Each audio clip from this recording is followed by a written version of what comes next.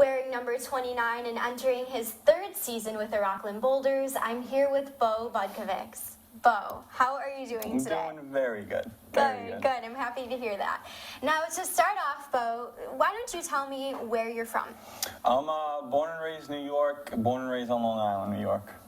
Deer Park, New York, that's where I grew up for my early years of life, I guess from age 1 to around 20, I think, and then we moved out to Freeport, New York when I was like 23. All right, so when did you start playing baseball? When I was like 3 or 4, Young. Grew up, T-ball, playing T-ball, and I have 2 older brothers, so they were always with me playing, and ever since then, it was pretty much just 2 sports. It was pretty much just it was baseball and football. Oh, in football. Mm-hmm. Now, what position did you play in football? Well, when I was a little younger, I was a little bigger than everybody else. So I was always on the defense, and they didn't really put me at a position when I was younger. They said, hey, just go hit the guy with the ball, and I was pretty good at that. You're like, hey, that's easy enough, right? Okay. Now, you mentioned that you have 2 older brothers. Now, one of your older brothers, I hear, has also made it to the minor leagues as well. Yeah, we both went to school together. We played baseball together at LIU Post on Long Island. He got signed out of college by the Dodgers. I think that was in 2010. That was his last year, and he played up until 2014. So who would you say has inspired you the most when it comes to the game? I would say my 2 older brothers and my father, because they were always there for me. Being the youngest, being the baby of the family, they were always there for me. They were always pushing me. My older brother didn't play in college or anything like that. He was just one of our bigger supporters, and my father the same way. He played when he was younger, but once we got into competitive game of college and now professionals, he's always there pushing us, making us work hard. So you're a pitcher.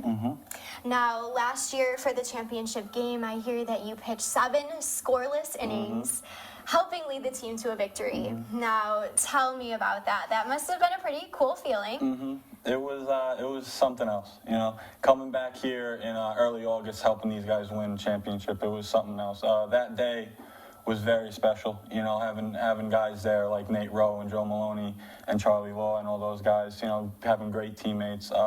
Wouldn't have wanted to done it without anybody else. Those are my guys, that was my group, and that was it. Well, hopefully you can do the same thing this year. Let's hope so, right? Oh, good. It's exciting.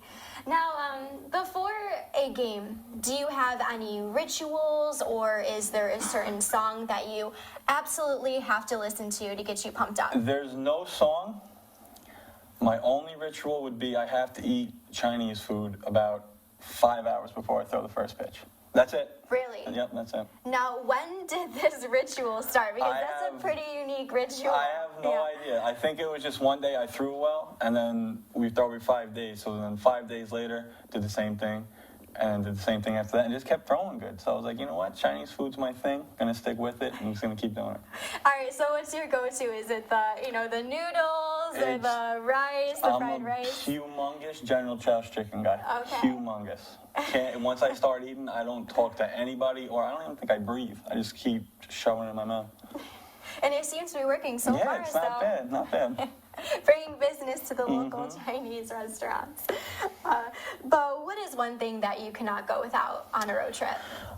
I would have to say my iPad. I would have to say my iPad. There's just so much on it that I can do, especially in Canada, when nobody else speaks the English language.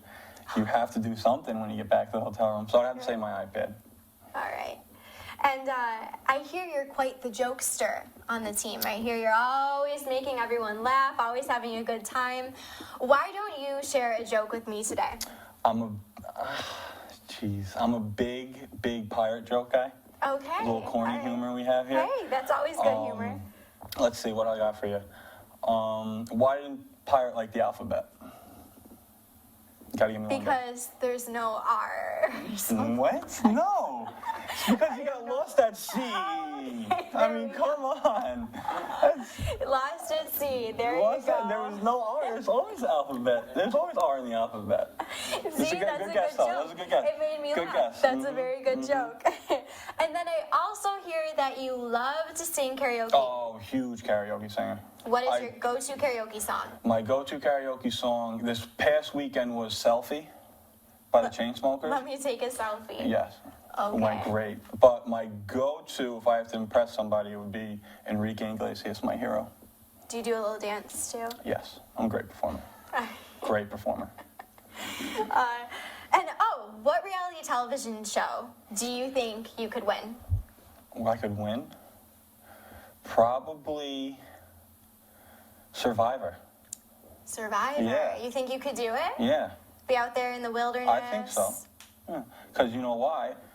I would make friends with everybody, and no one would ever cut me off the island. See? Look at There you go. Just a really friendly human being, you know? Bo, overall, what advice would you give to young athletes aspiring to someday play D1 or in the minor leagues or even in the major leagues? If you love the sport and if you love doing it, if you love showing up to the field every day, if you love the people around you, there's no reason why you shouldn't be successful. You know, just keep doing it. There's going to be people you meet throughout the games, and from your 12-year-old, from your little league to your college levels, that are going to help you, are going to be there for you. So if you love doing something like that, if you love the competitiveness of the sport, of any sport, stick with it, because, you know, success is always around. You just got to go find it. Very well said. Thank you. Well, Bo, thank you so much for joining us today. We all appreciate it. Again, my name is Courtney Corbetta. I'm here with Bo Budkevics Very good. at Provident Bank Park.